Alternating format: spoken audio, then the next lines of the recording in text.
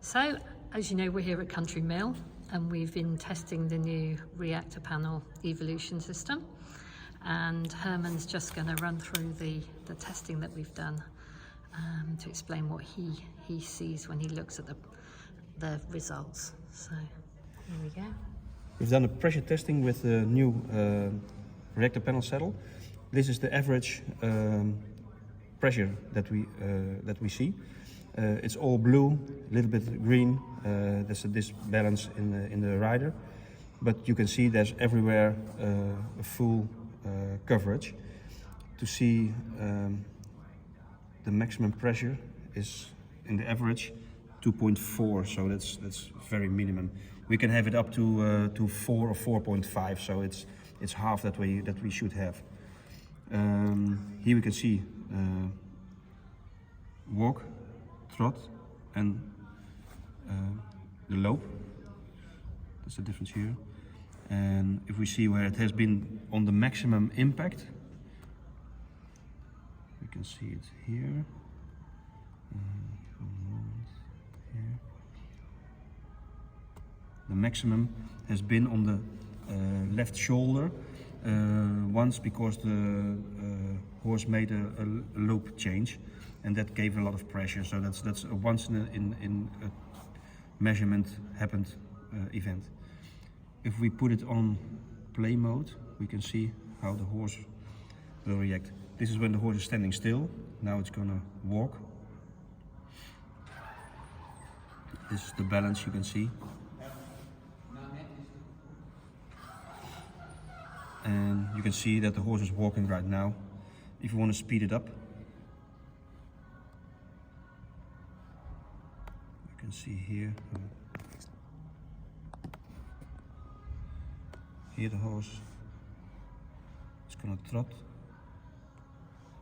See, there's more pressure, but it's obvious because there's more movement. Yeah, it's interesting because it's transferring like we know in trot, where the weight transfers from across the back to the front as the rider posts and then back again. And it's interesting that she was actually more even in trot than when she was sat. And it's a big surface, so the pressure is minimum to a small surface. Later on you can see where the horse did a change, a flying change. Difficult flying change, That gives a lot of pressure because there's a big movement. And is that quite normal? That's quite normal, yeah. We've never had a pressure test without a red spot. Never, ever. Most important is the average afterwards. Here it's going to the lope, normal lope. You can see the impact is getting big, more bigger. Yeah, she's sitting more on her right seat bone as well in canter, isn't she? Yeah.